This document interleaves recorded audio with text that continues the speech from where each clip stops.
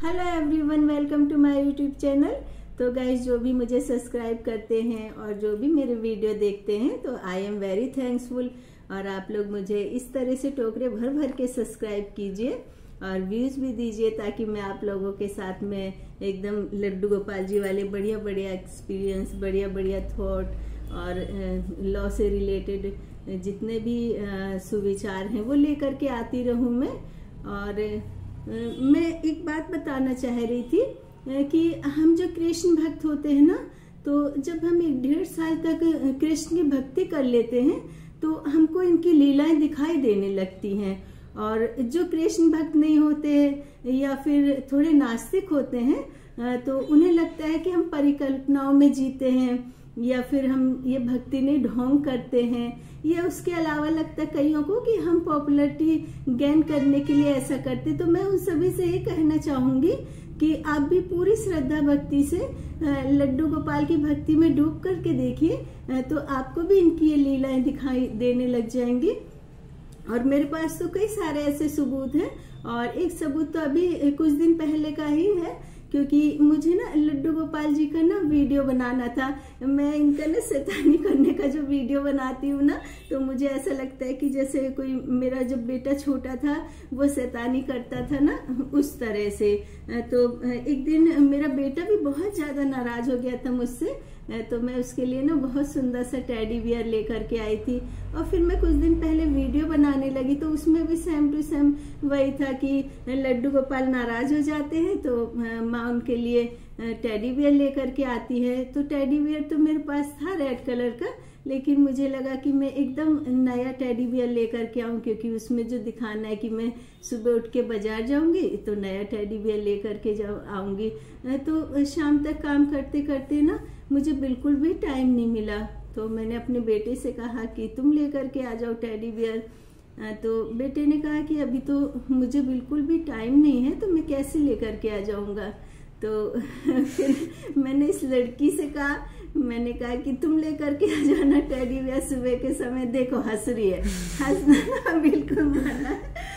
तो फिर मैंने सोचा कि ये जो बच्ची है इसको उतना नहीं पता है कि बहुत छोटी है, किस तरह का टेडी बियर वीडियो बनाने के लिए लेकर के आना है। तो फिर मेरे बेटे ने कहा कि मैं ले आऊंगा, लेकिन मुझे नहीं लग रहा था, क्योंकि ना मेरा बेटा सुप्रीम कोर्ट जाता है तो उसको फाइल वगैरह तैयार करनी पड़ती है, बहुत काम होता है। लेकिन मैंने उसे ये सिखा रखा है कि ये जो तुम काम करते हो, काम के अलावा थोड़ा दान पुण्य धर्म कर्म भी जीवन में बहुत ज्यादा जरूरी है। तो वो थोड़ा बहुत मेरी बात मान लेता है। तो फिर मैंने सोचा कि अब पता नहीं कैसे आ पाएगा टेडी बियर, अब तो आ नहीं पाया। मुझे ना सच बता रही हूँ कि रात भर ना यही सोच करके नींद नहीं आई। और सुबह के समय ना 10:30 बजे मेरा बेटा आया और मुझसे बोल रहा है कि मम्मी मैं ना टेडी बियर लेने के लिए जा रहा हूँ। तो मैंने कहा लेकर के आ जा, लेकिन ये पता नहीं कि शॉप भी यहाँ पर 11 बजे से पहले नहीं खुलती। और मेरा बेटा गया, उसने ना मुझे 1-2 टेडी बियर दिखाए जो कि मुझे बिल्कुल भी नहीं पसंद आए। और फिर मैंने कहा चलो कोई बात नहीं, मैं कोई दूसरी वीडियो बना लूंगी। और फिर उसने व्हाट्सएप पर एक और वीडियो टेडी बियर का भेजा, तो मैंने कहा ये तो एकदम सही है, मैं इसी टेडी बियर का वीडियो बनाऊंगी। तो ये देखिए, ये टेडी बियर है। तो इस पे ज्यादा व्यूज तो नहीं आए थे, लेकिन कोई बात नहीं। लेकिन मैंने तो अपनी पूरी भक्ति श्रद्धा से मैंने वीडियो बनाया था। और एक मैं ये लेकर के आई थी अपने लड्डू गोपाल के लिए। इनके लिए ना मैं टॉयज लेकर के आती रहती हूँ, कभी ड्रेस लाती हूँ, कभी टॉयज लाती हूँ। और कई बार इनके लिए ना वैसे जो सुंदर सुंदर वाली बेड शीट वगैरह होती हैं या किसी भी तरह की माला, ये सब लेकर के आती रहती है। और ये मेरे को ना बहुत अच्छा लगा था मेरे लड्डू गोपाल के लिए। इसको देखिए, इस तरह से ना थोड़ा सा भी घुमा दो ना तो ये अपने आप से ना चलने लगते हैं, जैसे जनरेटर हम लोग चलाते ना उस तरह से चलाओ। अब इसमें से ना पूरी की पूरी ना इसमें म्यूजिक भी आती रहती है। तो मुझे लगा कि मेरे लड्डू गोपाल जी को ये बहुत पसंद आएंगे, तो मैं इनके लिए ये लेकर के आई थी।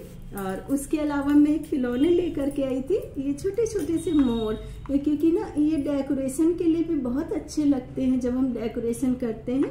और जैसे हम खिलने वाला वीडियो बनाए ना अपने लड्डू गोपाल जी के लिए, तो ये इस तरह के ये खिलौने। और ये छोटी सी गाय है, देखिए कितनी सुंदर लग रही है। और उसके अलावा मैं इनके लिए ये वाला कैरम बोर्ड भी लेकर के आई थी, और ये छोटी सी साइकिल है, क्योंकि छोटे से लड्डू गोपाल है तो उनको छोटे छोटे ही टॉय पसंद है। और उसके अलावा ना मैं इनके लिए एक बाइक लेकर के आई थी, और ये छोटे छोटे से बैडमिंटन है, ये लेकर के आई थी, क्योंकि ना आज भी मुझे ना इनके खिलौने वाला वीडियो बनाना है। और एक ये मैं इनके लिए गिटार लेकर के आई थी, क्योंकि ना जब मैं कॉलेज लाइफ में थी ना, मेरी कई सारी फ्रेंड्स ना गिटार सीखती थी, तो मेरे तो घर का माहौल ऐसा नहीं था कि मैं थोड़ा तेज भी बोल सकूं। हाँ, लेकिन मेरे मन में था कि मैं गिटार सीखूं, तो वो तो मैंने सोचना भी बंद कर दिया। लेकिन जब मेरा बेटा कॉलेज में आया ना, तो उसको भी गिटार का शौक था, तो मैंने ना उसके बर्थडे में उसको गिटार दिया था। वो गिटार पे कई सारे गाने भी गाता था। और एक और ये मैं मोर लेकर के आई थी इनके लिए। और उसके अलावा ये छोटे छोटे से ये जो नारियल वगैरह है ना, जब मैं वीडियो बनाती हूँ तो ये छोटे छोटे से नारियल वगैरह ना ये सारे रखती हूँ। और उसके अलावा जैसे ये छतरी है, कभी कोई वीडियो बनाना हो शंकर जी का या फिर गणेश जी का या फिर इनका जन्माष्टमी में बनाया था, तो मैं ये छतरी लेकर के आई हूँ। तो ये जो छतरी है ना, इस छतरी को इस तरह से रख दो ना तो बहुत ही सुंदर लुक आता है इससे। और उसके अलावा ना मैं ये माला तो मेरे साथ में हमेशा रहती है, इसको मैं यूं हाथ में लपेट करके रखती हूँ। और जब मैं इसको हाथ में लपेट लेती हूँ ना, तो जब मैं कोई भी वीडियो बनाती है ना, तो मुझे बहुत ज़्यादा कॉन्फिडेंस आ जाता है। हाँ, तो गाइस जो मेरी फ्रेंड है या जो भी मेरा वीडियो देखते हैं ना यहाँ आस पड़ोस में, या फिर मैं जिनके घर पर जाती हूँ काफ़ी समय से, जिन्हें पता है कि अब मैं वीडियो बनाने लगी हूँ, तो वो कहते हैं कि हमने ये लुक तो तुम्हारा कभी भी नहीं देखा था कि तुम कृष्ण जी के वीडियो इतने अच्छे तरह से बनाती हो। तो मैं ये कहना चाहूँगी कि मेरे ना 2 होम टाउन है, एक तो मेरा जबलपुर में है और एक बुलंदशहर में है। और मेरी मम्मी भी कृष्ण जी की नगरी मथुरा से ही थी, तो मेरी मम्मी ना कृष्ण जी के बहुत अच्छे भजन गाती थी, और वो भी पूरी कृष्ण भक्त थी। लेकिन उनके पास ये सारी सुविधाएं नहीं थी और ना ही टाइम था कि मेरी मम्मी इस तरह से भगवान जी को सजा सके और इनकी सेवा कर सके।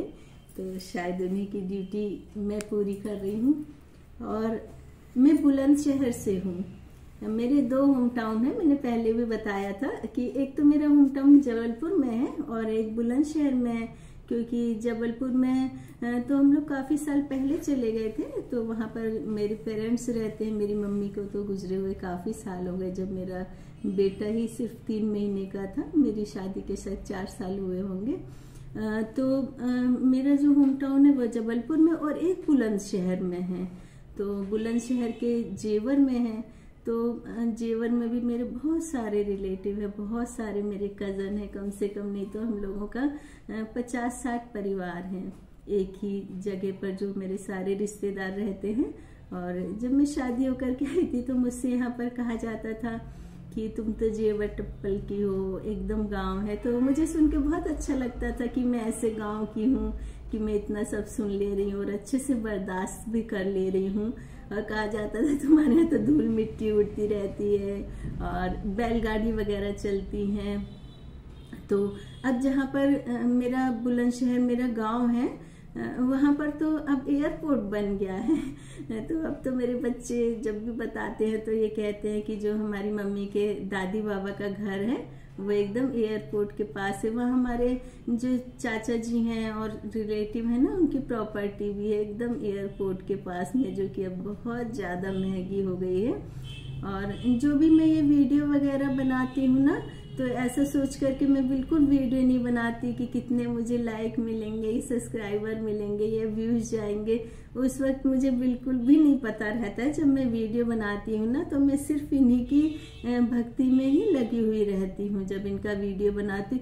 और एक बात बता दूं कि मेरा जन्म भी बुलंदशहर में हुआ था। और जब हम लोग जब मैं 2 साल की थी तब हम लोग वहाँ से जबलपुर चले गए थे। तो फिर जब मैं 3-3.5 साल की थी हम लोग बुलंदशहर आए थे।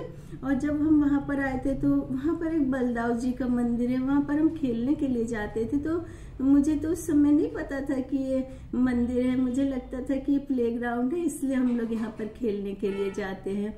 और उसके बाद में जब वहाँ पर और भी ये बताते हैं कि जो दाऊ जी के पैर हैं वो वहाँ पर प्रकट हुए थे, लेकिन अब तो ना वहाँ पर बहुत बड़ा ऑडिटोरियम है उस प्लेग्राउंड की जगह, और वहाँ पर कई सारे प्रोग्राम होते हैं, दंगल भी होता है, क्रिकेट भी होता है, प्रवचन वगैरह भी होते हैं। लेकिन मैं एक बात कहना चाहूँगी कि ये जो बलदाऊ जी का मंदिर है, दाऊ जी का, यहाँ पर काफी दूर दूर से लोग आते हैं, इसे दाऊ जी का मंदिर कहते हैं। कृष्ण के भाई जी बलदाऊ जी है ना, तो बार बार मुझे वही नाम याद आ रहा है, लेकिन इसे दाऊ जी का मंदिर कहा जाता है, जो कि पूरे विश्व में फेमस है। कई जगह से दूर दूर से लोग आते हैं, लेकिन यहाँ पर ना कुछ भी विकास का जो काम है बिल्कुल भी उस मंदिर में नहीं हुआ है। वो जो ऑडिटोरियम है उसको तो बहुत अच्छी तरह से बनाया गया है, लेकिन मंदिर में जो टाइल है वो भी बहुत पुरानी है, और जो भगवान जी हैं उनकी भी कोई पॉलिश वगैरह नहीं की है, न ही साफ सफाई की कोई व्यवस्था है। तो मुझे लगता है कि इस मंदिर को इस तरह से भव्य बनाना चाहिए कि जो भी भक्त इस मंदिर में आए तो वो इस मंदिर की भक्ति और श्रद्धा के साथ साथ इसकी भव्यता की तारीफ भी करे, क्योंकि ये जितनी ज्यादा इसमें भव्यता आएगी तो उससे हम भक्तों की भक्ति का ही पता चलता है। और मैं एक बात और बताना चाह रही थी कि जो भी लड़कियां शादी होकर के जाती है तो उन्हें ससुराल अच्छा नहीं मिलता है, तो ये कहा जाता है कि ये उनके कर्मों का फल है और उन्हें अपने माँ बाप को नहीं कोसना चाहिए। लेकिन मैं ये मानती हूँ कि कोई भी लड़की जो 20-21 साल की है या इससे कम की या ज्यादा की, वो अपने यदि मायके से ससुराल शादी होकर के आती है, उसे ससुराल अच्छा नहीं मिलता, तो हमको ये नहीं कहना चाहिए कि कर्म भोग रही है या इसके पिछले जन्म के कर्म अच्छे नहीं थे। आप अपनी बेटी के लिए या मैं अपनी बेटी के लिए क्या सोच करके बताऊं कि इसके कर्म कैसे थे। जब हमारी बेटी छोटी होती है तो हम उसको जो भी कुछ उसको पसंद होता है, नापसंद होता है, हम उससे पूछते रहते हैं, और कई लड़कियां ऐसी भी होती है कि उनसे नहीं पूछा जाता है, और उसके बाद उनकी शादी हो जाती है, इसी तरह से उनसे नहीं पूछा जाता तुम्हें क्या ससुराल वाले पसंद है, तुम्हारे पति पसंद है, और शादी हो जाती है। और शादी के बाद यदि उसका ससुराल अच्छा नहीं मिलता है, उसे परेशान किया जाता है, तो ये उसके कर्म नहीं है, ये उसके ससुराल वालों के कर्म हैं, जो कि एक आपको अच्छी संस्कारी लड़की मिली है, इतनी बर्दाश्त करने वाली लड़की मिली है, घर का आपका सारा काम करती है, आप लोगों की 10 बातें सुनती है, और उसके बाद भी यदि आप यातनाएं देते हैं, तो यदि हम कहें कि इस लड़की के कर्म अच्छे नहीं हैं, तो ये हम अपने लिए ही अन्याय कर रहे हैं। और उसके बाद भी वो लड़की इतने सब कुछ ताने सह कर भी वो आपको अपने घर में नहीं बताएगी, क्योंकि आप नाराज हो जाएंगे कि तुम जब देखो जब अपने ससुराल की बातें यहाँ पर लेकर के आ जाती हो। कई तो ये भी कह देते हैं कि यदि तुम्हें ससुराल की बातें लेकर के आनी तो तुम यहाँ पर नहीं लाना। तो इस तरह से लड़कियां तो अपने घर वालों को बताना ही बिल्कुल बंद कर देती है। ऐसे में कई लड़कियां सुसाइड भी कर लेती हैं, और कई लड़कियां ये सब कुछ बर्दाश्त करते करते और भी ज्यादा स्ट्रोंग हो जाती हैं।